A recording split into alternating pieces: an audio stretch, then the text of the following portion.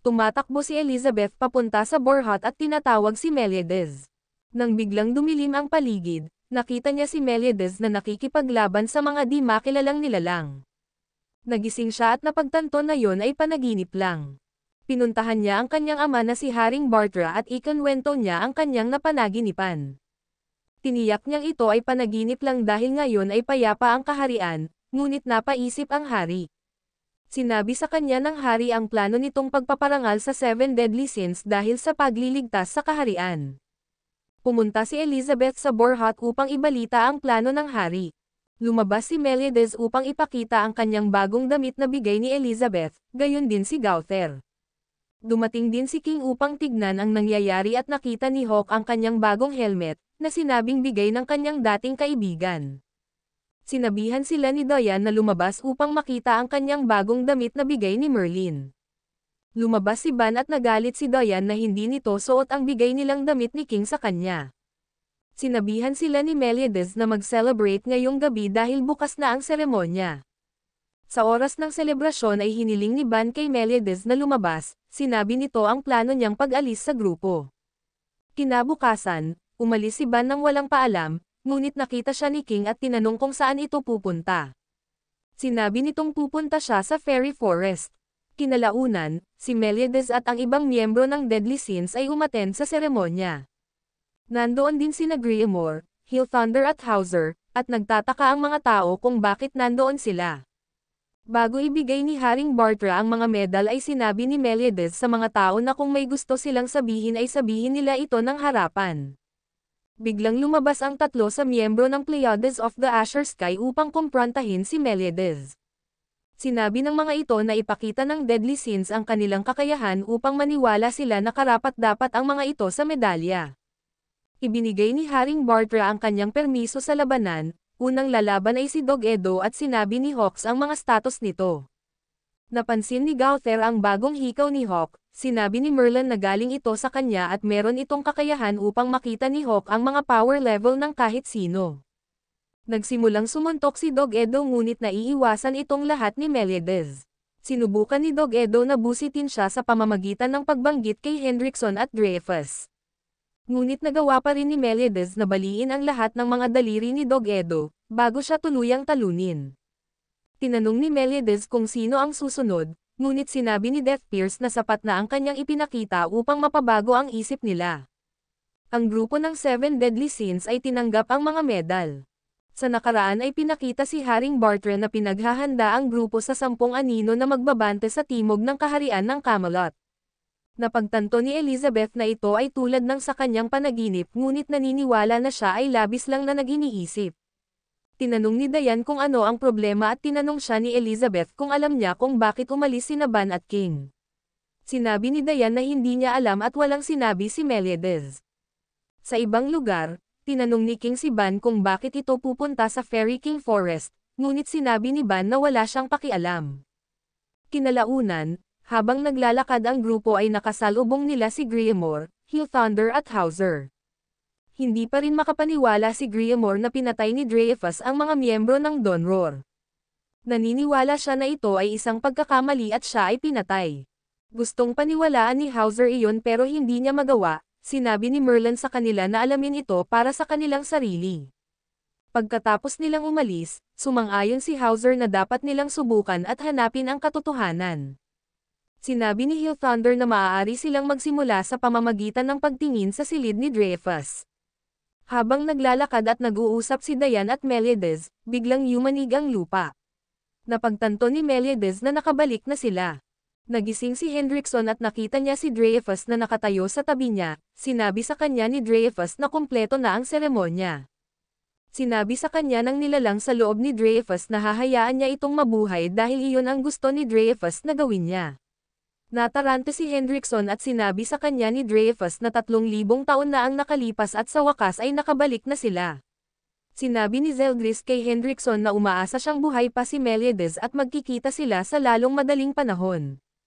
Si Fraudrin ay nakatayo sa harap ng 10 Commandments habang nasa katawan ni Dreyfus. Nagtanong si Gloxinia kung bakit sila lang ang nakatakas. Sinabi niya sa kanila na konti lang ang dugo mula kay Elizabeth upang masira ang selyo. Tinanong ni Galan si Fraudrin kung ano ang ginagawa niya nitong mga nakaraang taon. Sinabi sa kanila ni Fraudrin na marami siyang bagay na dapat ayusin at 10 taon pa lang siyang nagkaroon ng kamalayan. Binanggit din niya na siya ay napalaban sa 7 deadly sins. Nagpasya silang magtungo sa kaharian ng Edinburgh upang magpahinga, dahil ang selyo ay naubos ang kanilang mga kapangyarihan. Nagpatuloy sina Ban at King patungo sa Fairy King's Forest nang mapagtanto nilang sinusundan sila ni Jericho.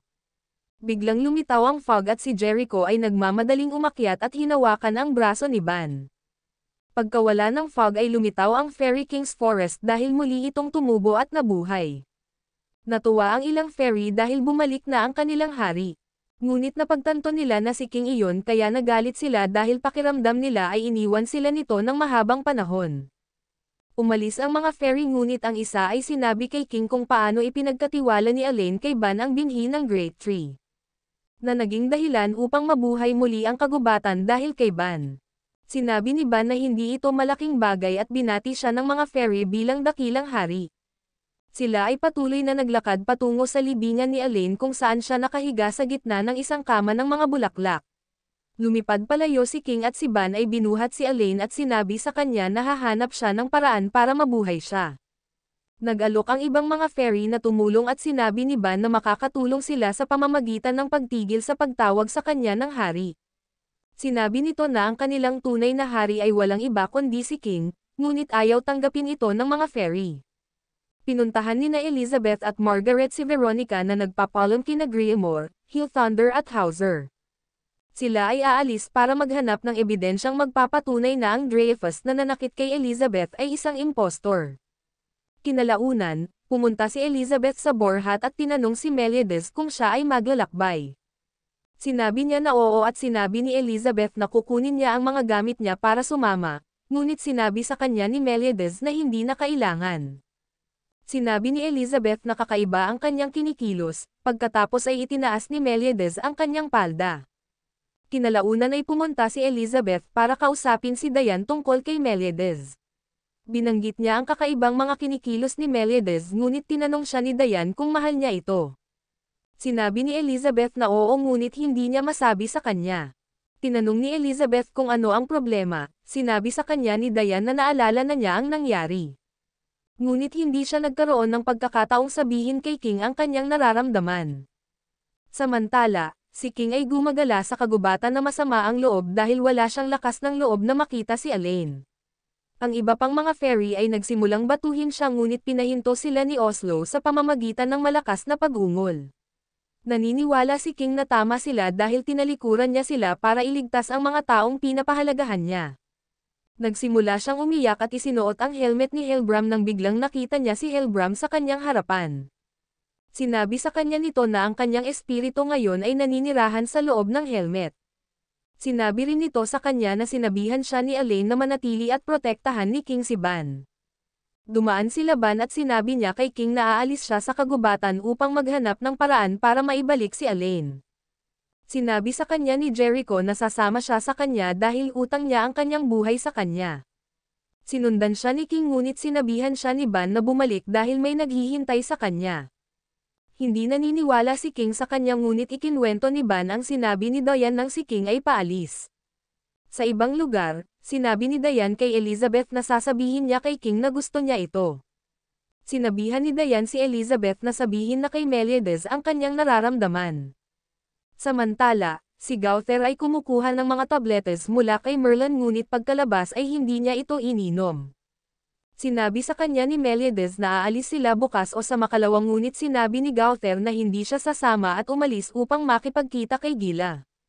Pumasok si Meliades sa loob para kausapin si Merlin. Hiniling ni Meliades na ibalik niya ang isang bagay na ninakaw niya sa kanya 10 taon na ang nakararaan. Sinabi niya sa kanya na ang selyo ay nasira at sinabi ni Merlin na maaaring buhay pa si Hendrickson. Si Diane at Elizabeth ay tumakbo papunta kina Gila at Gauther kasama si Zil na kapatid ni Gila. Ngunit hindi matandaan ni Gila na may kapatid siya at tinuro niya si Gauther na sinasabing siya lang ang pamilyang nito. Inihayag ni Gauther na minanipula niya ang mga alaala ni Gila dahil pinag-aaralan niya ang pag-ibig.